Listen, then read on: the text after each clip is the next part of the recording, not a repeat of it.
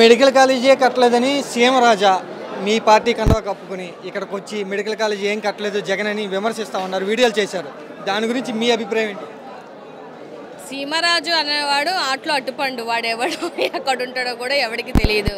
అంటే అక్కడెక్కడో వెళ్ళి ఆ మూలను ఎక్కడో చూపించినట్టున్నాడు. ఇప్పుడు ఇదే కాలేజ్ దగ్గరే కదా మేమందరం ఉన్నాం. ఒకసారి విజువల్స్లో చూపించండి కాలేజ్ ఉందా లేదా అనేది. అంటే ఇట్లాంటి పేటీఎం వాళ్ళు వస్తూ ఉంటారు, మాట్లాడుతూ ఉంటారు, పోతూ ఉంటారు. 2029 దాకా సీమరాజుని, ఆర్పీని వీళ్ళందరినీ జాగ్రత్తగా ఉండమని చెప్తున్నాం. ఎందుకనంటే తర్వాత వీళ్ళు జనాభా లెక్కల్లో కూడా కనిపించరు. ఎందుకంటే అంత ఘోరాతి ఘోరంగా భారతమ్మను కానీ జగన్మోహన్ రెడ్డి గారిని కానీ మీరు ఒకటి గుర్తుపెట్టుకోవాల్సినటువంటి విషయం ఏంటంటే, జగన్ గారిని మాట్లాడినా భారతమ్మను మాట్లాడినా 1,32,00,000 మంది మనోభావాలని దెబ్బతీస్తున్నారన్న విషయాన్ని గుర్తుపెట్టుకొని ప్రవర్తిస్తే బాగుంటుంది. ఇవాళ సవాలు విసిరినటువంటి అయ్యన్న పాత్రుడు గారు ఎక్కడికి వెళ్ళారు, లేకపోతే హోంమంత్రి అనిత గారు ఎక్కడికి వెళ్ళారు? ఇక్కడికి రండి, వస్తే తెలుస్తుంది కదా అసలు కాలేజీ ఉందో జీవో ఉందో లేదో అనేది క్లారిటీ వస్తుంది కదా. సో మీరు ఏంటంటే ఇందాక నేను చాలామందితో మాట్లాడినటువంటి విషయం ఏంటంటే, వీళ్ళకి ఏదన్నా మెడికల్గా ఇబ్బంది కలిగితే వైజాగ్లో ఉన్నటువంటి కేజీహెచ్ దగ్గరికి వెళ్ళాలి. అంటే ఇక్కడ మళ్ళీ మధ్యలో ఎక్కడ ఒక కాలేజ్ కానీ ఒక మెడికల్ ఫెసిలిటీ కానీ అది ప్రభుత్వ వైద్య కళాశాల అనేది ఇక్కడ లేనే లేదు. సో అలాంటిది 500 కోట్లు హెచ్చించి జగన్మోహన్ రెడ్డి గారు ఇక్కడ కాలేజీని స్థాపించి ఇంత కన్స్ట్రక్షన్ అవుతుంటే, అయితే మీ పచ్చ మీడియాలకి మీ పచ్చ ఛానళ్ళకి పచ్చ కామర్లు అడ్డి అట ఎవరు మన స్పీకర్ గారికినో లేకపోతే హోంశాఖ అనిత గారికి కూడా కనిపించట్లేదు. ఇవాళ మా పులివెందుల ఎమ్మెల్యే అని మాట్లాడారు కదా, ఇవాళ పులివెందుల పులి వస్తుంది. ఈ పిల్లులందరూ ఎక్కడ దాక్కున్నారో సమాధానం చెప్పాలి.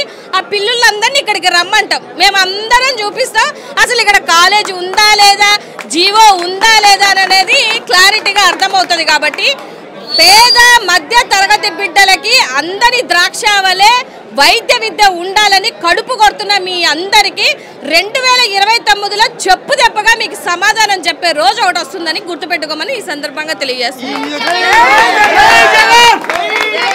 ఈ నియోజకవర్గ ఎమ్మెల్యేకి ఇంత కట్టడం అనేది కనపడలేదంటారా?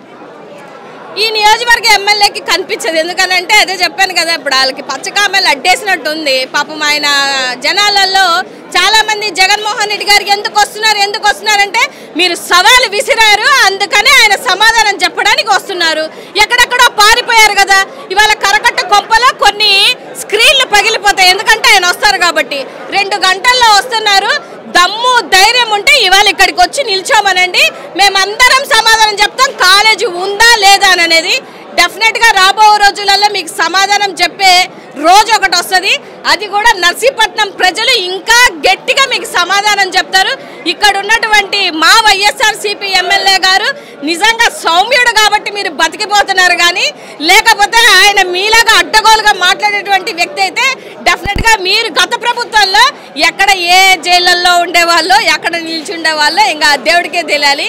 కానీ 2029లో మాత్రం మీరు జైళ్ళు మాత్రం చాలా గట్టిగా కట్టుకోండి. ఎందుకంటే మీ అందరిని తీసుకెళ్ళి పెట్టేది అక్కడే మాత్రం, తస్మాత్ జాగ్రత్త.